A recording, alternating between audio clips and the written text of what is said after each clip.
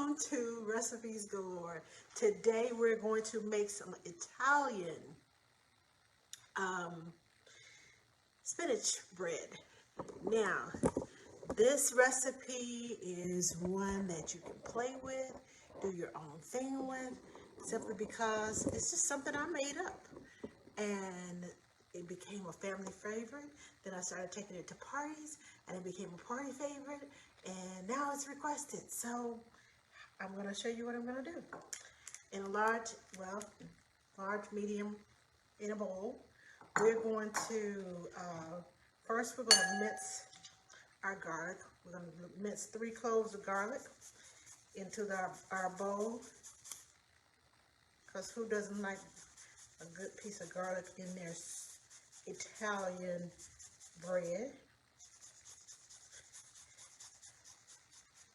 If you all have questions, please feel free to ask. Please feel free to share with your friends. Share this video with your friends. Share with your YouTube family too. And by the way, hello to my YouTube people who are watching this video. So we're just going to get 2 more cloves of garlic, and we're just going to I like it kind of smush, so it looks like this on the back. So it's more like a spread and not little chips of garlic. So it tastes better instead of biting into a chip of garlic. If it's more like a spread, it tastes a whole lot better to me. But that's just my preference. And since I made up the recipe, guess what? I can do what I want. And guess what? It's your recipe too, because you can do what you want to with it too. As I always say, experiment in your kitchen. It's one of the most fascinating things to me to see what I can make out of one recipe. So I take one recipe and I use it 10 different ways. You can probably take this recipe and add some things, add some of your favorite things to it, and create something totally different. So now that we have that done, let me scrape all of this off of here. We can't leave any of this yumminess all over this microplane. That if you want to cut up your garlic in yours, that's fine. But like I said, I like mine minced. There we go. I'm gonna put that aside. I'm gonna sit this right here. And we're gonna take, I like to get, like, it depends on how much bread I'm making. I'm going to just grab the rest of this, which is a nice little handful of spinach. I'm going to take some fresh basil, and I have some oregano, some fresh oregano that I'm going to add the oregano leaves to. You can find this oregano and basil in your grocery, in the produce section. They come in little packages. It depends on the grocery store as to what little packages they come in, but you can find them in the grocery store. And I like buying them fresh and put them in the refrigerator, so I have them when I make spaghetti sauce or when I make breads like this. And usually when I make this bread, it's usually when I'm having something Italian for dinner, like lasagna or some spaghetti or some rigatoni or any Italian foods. Like I also like to have it when I make chicken Florentine, because the spinach on the bread kind of matches the flavors with the spinach in the chicken Florentine. So anything Italian, or you can just have it as a snack and use it as an appetizer. So what I'm going to do is I am going to dice this up real fine like. And yes, I am using all the stems. Let me move this bowl out of the way because I don't want it to be clinking. We're gonna dice this up.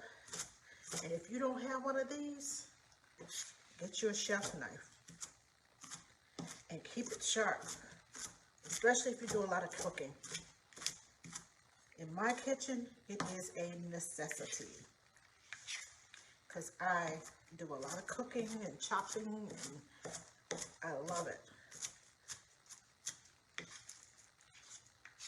Makes things so much easier.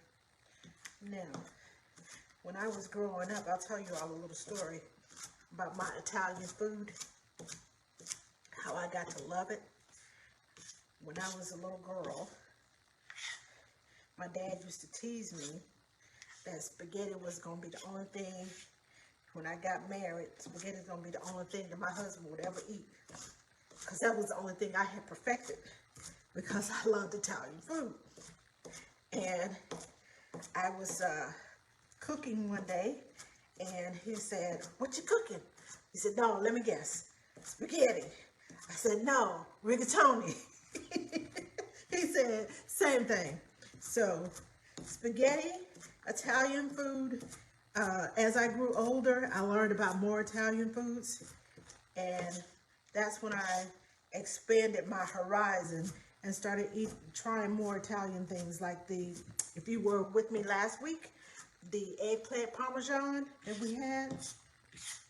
It was so yummy, y'all. It was so yummy. I didn't make any of this bread to go with it. But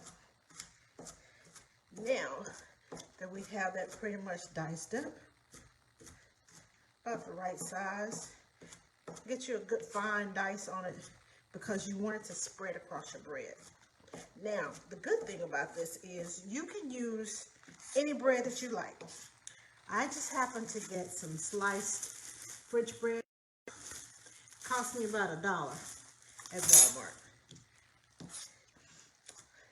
It's some good bread, and what's going to go on it, it's going to make it taste even yummier. You can use sliced bread, you know, the sandwich bread. You can get you an Italian loaf. You can get you some pumpernickel, whatever bread that you like, even a biscuit. It is good on a biscuit too. You know how I know? I've tried it. So, we're just going to put this, and be careful when you do this. Don't slash your hands. We're going to grab that bowl, and we're going to put this, all this yumminess, in this bowl. And I'm just going to scrape that down over there, just like so. And now, I like to put seasoning on. This is one of my favorite seasonings. It's an Italian herb seasoning grinder. It's made by McCormick's. You can find it in your baking aisle. And it has like 3 different notches. So if you want it more coarse, you put it on the bigger one. I like the little one because it has red pepper flakes in there. And I do not like biting down into a whole red pepper flake and my mouth goes whoosh on fire. That ain't me. So I'm going to put some of this in here. Again, season to taste. It's your taste buds. I will start out with a little bit and then move forward. Because I know what I like, because I've made this before, okay, that should be enough. And this is sun-dried tomato spread. You can find this in the produce section, but it's usually on the shelves, underneath the shelves, where like in Kroger's and in Randall's and in HEB and probably Brookshire's. Though they have little shelves around the bottom where you have nuts and all these dried seeds and foods around the bottom. This is there. Now, I like the spread simply because it spreads. But you can find sun-dried tomatoes in like the half tomato. You can get those and cut them up in here. Or you can get the julienne cut, which is like little strips. I still take those and just kind of cut them, dice them, and put them in here if I use those. But I like the spread simply because it's easier to spread on the bread. Whatever's going to make it easier for me, that's what I'm going to get. Now, I also use pesto. Now, yes, I do have basil already in here, but the pesto has the pine nuts in it. And you can always, hi Lexi, how are you? You can always use some fresh pine nuts.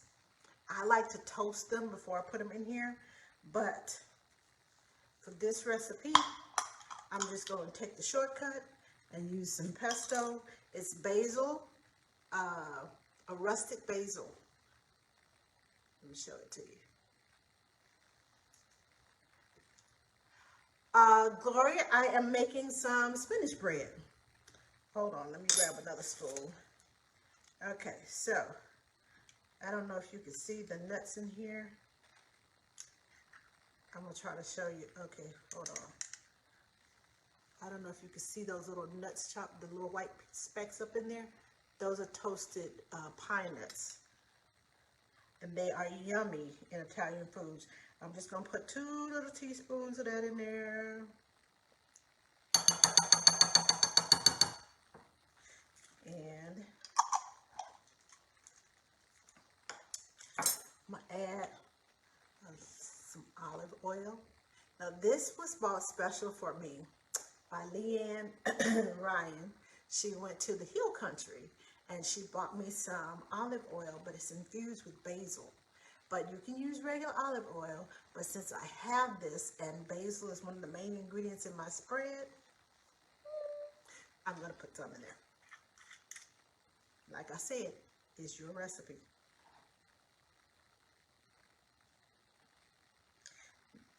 There we go. So that was about 2 teaspoons in there. Now we're gonna get some butter.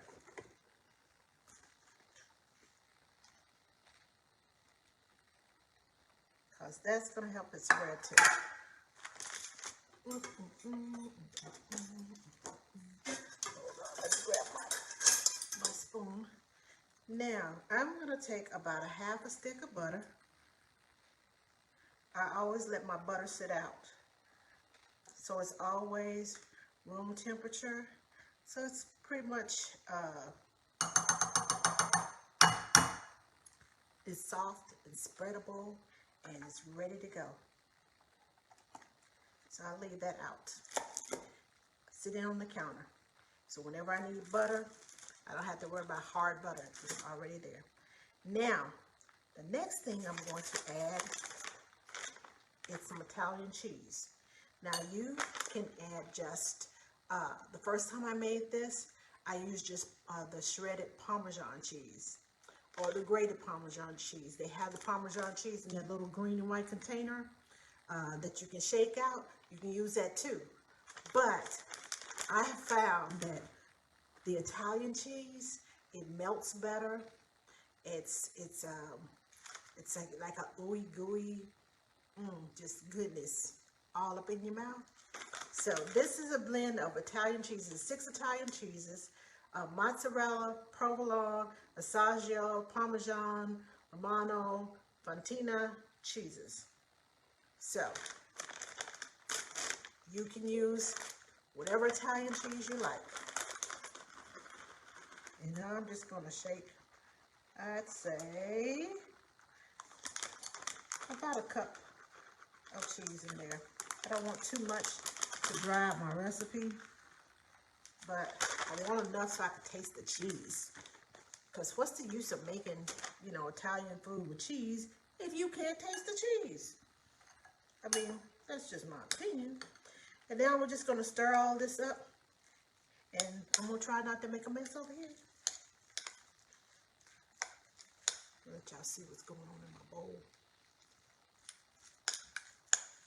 So I'm just going to stir all this up. Let me turn on my toaster oven. And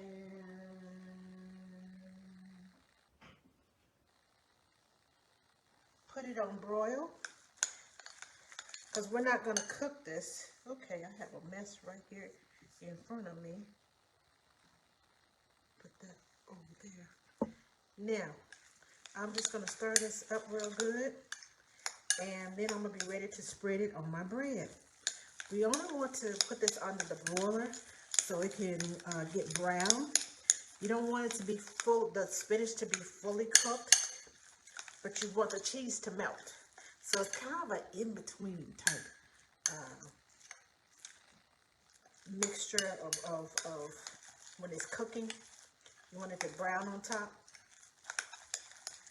So I'm going to show you all a little sample. Wait a minute. I forgot to plug it in. Duh. Hold on.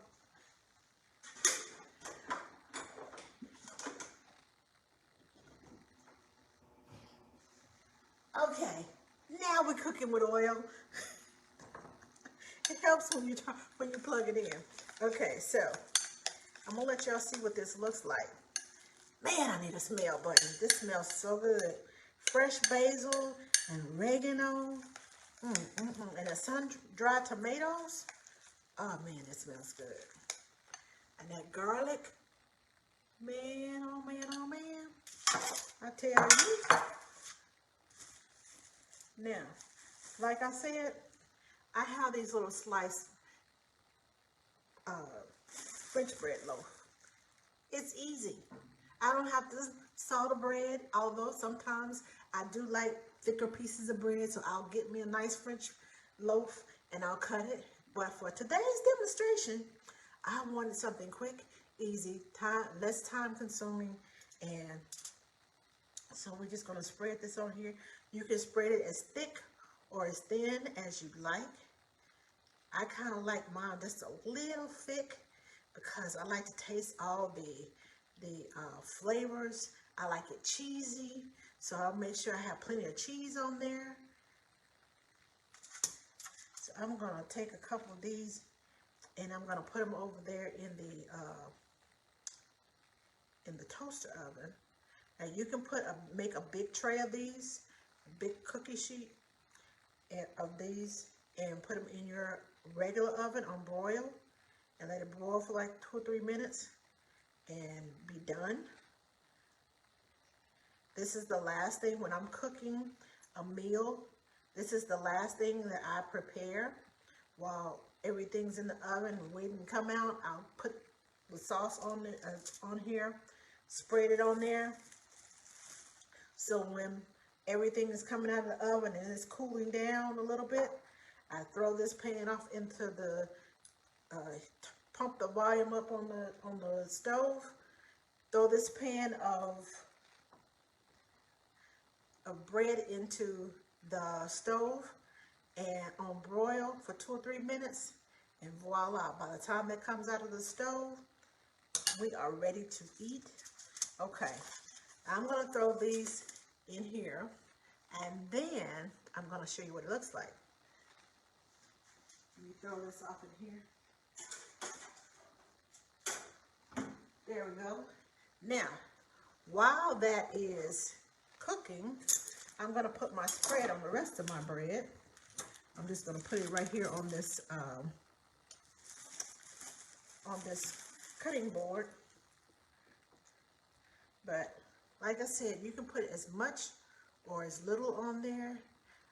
We like ours kind of coated. All that yummy goodness, especially if it's a thicker piece of bread. The thicker the piece of bread, the more spread I put on there. Because, I mean, when I tell you, I could just sit and eat this alone, by itself, as a snack, as a meal. You got your veggies in here. It is so yummy. Okay, so see, they didn't slice this piece so thin. This one right here, I would put more on here. Because to me, in my thinking, it's a thicker piece of bread, so it needs a little bit more attention. It needs a little bit more spread. Don't you think? I think so. So, I'm going to put a little bit more on there than I did the last one. Make sure it's a good coating on there. So when you get ready to bite into it, it's some good eating. I guarantee. See? See how thick that is? I'll let you look at it from this angle and see how thick that is on top of there. That's gonna be good. Let me check on mine. Okay. We're still brewing over there. We're good.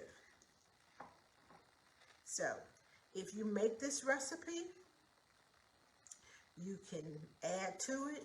You can take away from it. I have added red bell peppers to it before. I have added some, like I said, some toasted pine nuts. And in order to toast your pine nuts, I get like a small little baking sheet like the one that I have in my toaster oven. And I'll put some aluminum foil underneath it. Make sure the shiny side is down. Don't have the shiny side up or you will burn your nuts on the bottom before the top has had time to roast. I turn the shiny side of the aluminum foil down, and then I spread the nuts out in a single layer, and then I put them in the toaster oven and just hit the toast button and let it toast until they get nice and brown. And then you can tell the difference if you taste one before you toast it and you taste one after it's toasted. You can tell the difference in the taste of that nut. And this is one of the reasons that I like this brand of pesto, because they toast the pine nuts before they make the pesto. Some pestos, they don't toast the nuts, and I can tell the difference. That's just me and my palate. Now, my husband, on the other hand, as long as it tastes good to him, he doesn't care whether they toast it or not, as long as it tastes good. So, let me keep an eye on my oven, because I don't want it to burn, but I do want it to get all nice and yummy. So, I'm going to put some, now, a little hint. When you see little holes in the bread like this one, that's why I put aluminum foil on my tray, is because when these little holes, if you spread it across that little hole and it's in the oven, it's going to seep down onto your cookie sheet, and it's on broil, so it's going to broil it. The cheese and the butter and olive oil seep through that little hole, and it makes a big spot. And you're sitting here kind of scrubbing, trying to get it off of there. Put some aluminum foil on there. That way you just take it off and throw it away. Easy peasy cleanup. That's just one of my tips. I hate having to scrub a pan after I cook. That's why I try to make cooking as simple and easy as possible for myself. If you don't have an aluminum foil, some parchment paper will work. I like using parchment paper. Parchment paper will keep it from burning on the bottom before the tops. See, like this one, I won't even put anything in there. All of that will stay, I'll put it around that part. That way I don't have a mess to clean up. You love pesto? Oh, Annie, I love pesto too. It's one of my favorites. And I use it in a lot of recipes, a lot of things that I do. Okay, let's check the bread. Let me grab my kitchen towel. Let's check the bread. Ooh. Y'all. There it is. Hold on. Let me put this back over here and grab this another way so I can really show you what it looks like. So I can hold it up. See how it's all nice and brown around the edges and just a little brown on top? That's some yum yum going on right there. Let me take a piece of it and Turn it off. I'm going to try not to burn my hands on this, but I'm going to take a piece of it. Hold on, let me use the knife. I'll take a piece of it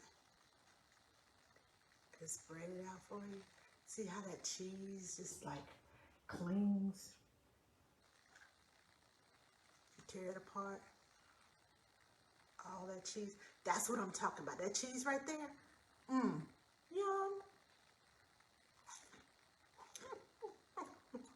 That was hot. Mmm.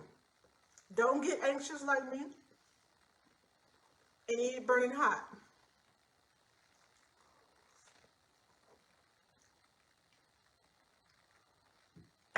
Because then you have to cool down your tongue. And see this? The bread is nice and tender on the bottom. And you got that cheesy. And when I tell you this is good, I know, right, Annie? Don't burn my tongue. Too late. It burned right there in the middle, where everything has to go out. It would have been different if it had been on the tip, and I can just push it back behind that, but just right there in the middle. But it'll be all right, because it's not going to keep me from eating this bread. Anyway, y'all got me eating. It's yum. So, like I said, 3 or 4 minutes under the broiler. Yum, yum, yum. Yes, Crystal, I understand. I can never wait for it to cool either. I always burn my tongue, especially with a big thick piece like this. Oh yeah, because I put extra on there, so when it starts bubbling and oh my goodness.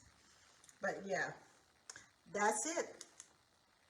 It's all nice and yummy. I love it when the cheese stretches out like that. And that's why I use the Italian cheeses, because it has that, it just looks like it just so much. I don't know what it is about cheese. Even when they're pizzas, when the pizza comes out of the oven, that cheese just starts stretching. It just looks like it just so much yummier than probably what it really is, but still, it looks yummier. And it tastes yummier to me, and it just does something in my brain that says, oh, this is going to be so good. Yes. Crystal says, I regret it every time too, but I still do it. I do too. The middle of my tongue, I'm sitting here like, I got to talk. My tongue is like sore. But I'm going to let you all go. But before I go, you can find this recipe and other yummy recipes on our YouTube channel at youtube.com/AskTheNanny. I will be back this week with several recipes. I promised you last week that I was going to make some tuna, the apple tuna. I'm going to be back to make that.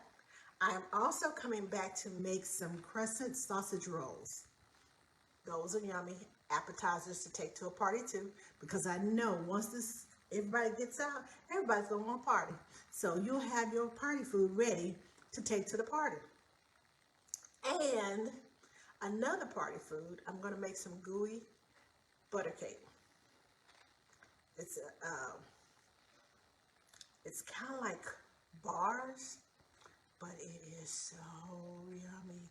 And you can cut them down in little small bars, or you can make big bars. I like cutting them down in small bars, especially when I'm going to a party. The gooey butter cake. Yeah, buddy. Yum. The things you can do with some yellow cake mix. So, those are the things that I'm coming back with this week. There was one other thing I thought of. I think that was it. Yeah, the tuna, the gooey butter cake, and the sausage crescent rolls.